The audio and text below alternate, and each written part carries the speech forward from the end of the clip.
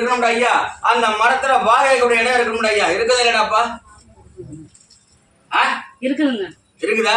போடு, கும்பிடு போடு, போடு, மசாலா அடிச்சு கும்பிடு. இன்னைக்கு தெய்வம் அணுகிறக்க செயல்படுறாப்பா.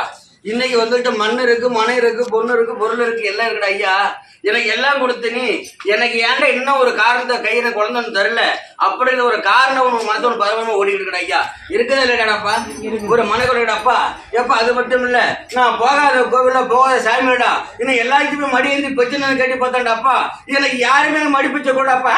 எனக்கு யாரும் மடிப்பிச்சை கொடுக்கடாப்பா. அதனால வேண்டி உங்ககிட்ட மடிப்பிச்சை கேட்கணும்னு இன்னைக்கு ரொம்ப நாள் நான் இடப்பட்டு பார்த்துட்டாப்பா.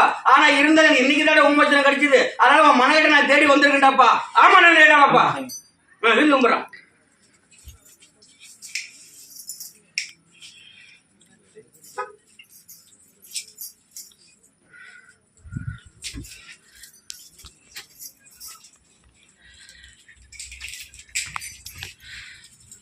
அந்த செயல்பாடு இருந்தாலும் இதே உன் குடும்பத்தை கணக்கெடுத்து பார்க்கும்போது உன் குடும்பத்தை வந்துட்டு ஒரு பொண்ணாகப்பட்டது ஒரு சாப்பை கடை இருக்கிறாப்பா.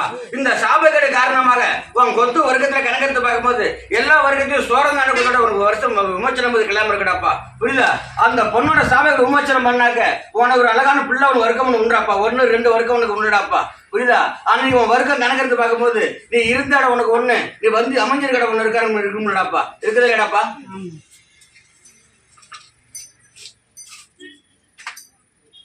அப்படி கணக்கெடுத்து பார்த்த கருப்பசாமி அப்படி கணக்கெடுத்து பார்க்கும்போது இன்னைக்கு உன் வீட்டு மனையிட்ட ஆராய்ச்சி பார்த்தேன்டா. இப்படி உன் வீட்டு மனையிட்ட ஆராய்ச்சி பார்க்கும்போது ஒரு பெண்ணாகப்பட்ட தெய்வம் இன்னைக்கு கண்ணீர் கம்பளத்தோட உன் வீட்டு மாடி நின்றுட்டு கிடப்பா.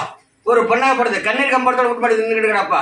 அந்த கனியோட நிக்கிற பொண்ணு உனக்கு குழந்தையா பிறந்து வரும்னு சொல்லி, உனக்கு ஒரு பிள்ளையா பிறந்து வரும்னு சொல்லி நீ வாங்குறது கணக்கு நிக்கிறப்பா. உனக்கு ஒரு பொம்பளை பிள்ளை ஒன்று இருக்கு உண்டுடா. மடியாது மடியாது மடியாது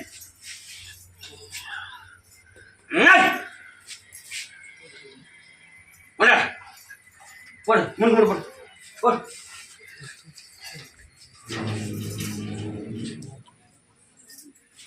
வர மடியதா மடியந்தா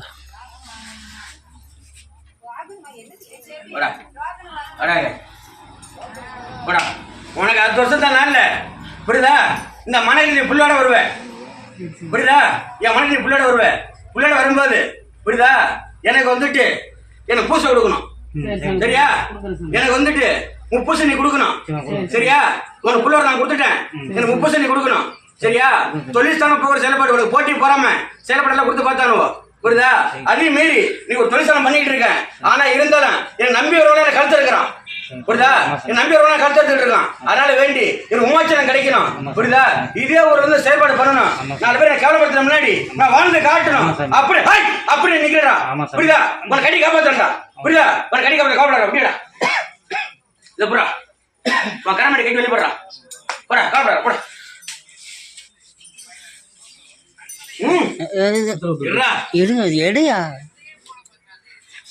ஒரு சந்தேகத்தை நின்றுட்டு இருக்கிறா. மனசோட நினைச்சுட்டு இருக்கு. புரியுதா? நினைச்ச காரியம் அல்ல அமுச கைவிடி வரும். 3 மாசம் தடுங்குனது பாத்துக்கு எனக்கு மனசு உருடலா இருக்கு. அதான் 3 மாசம் டைம் சொல்றேன் இல்லையா? சந்தேகப்படா 3 மாசம். புரியுதா? கழிஞ்சு முடிஞ்ச சிறப்பான முறை கொடுக்கும். புரியுதா? கவலைப்படா போ. உடம்பு இருந்த மாதிரி இருக்க மாட்டேங்குது சாமி. ஒரு நேரம் இருந்த மாதிரி ஒரு நேரம் இருந்த உங்ககிட்ட தெய்வம் இருந்ததே விலகி போய் நிக்குது. புரியுதா? அதனால படா துன்பம் கொடுத்துக்கிட்டு இருக்கு. உனக்கு வந்து இன்னைக்கு வந்து கைகால குடைச்சல் கொடுத்துட்டு ஆளு படுத்த மூதி வரைச்ச மாதிரி அடிச்சுட்டு இருக்கு. புரியுதா? வேற ஒண்ணும் கிடையாது. புரியுதா? என் சன்னதிக்கு வந்துட்டு இல்ல உனக்கு சரியா போ. கவலைப்படாத போ.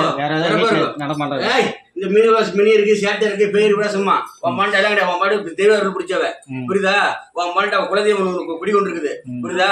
நீ அவ குலதெய்வம் வந்து தடுக்கி போயிருந்தனால அவளை பிரச்சனை. புரியுதா? அவ குலதெய்வம் இன்னைக்கு வந்துருச்சு. புரியுதா? கவலைப்படணும் போ. உன் வீட்டு மண்ணிட்ட போய் உன் குலதெய்வத்துக்கும் அங்கே போய் விழுந்து இழுப்பண்ண விலை போட்டு கும்பிட்டுட்டு வழிபாடு பண்ணு. புரியுதா?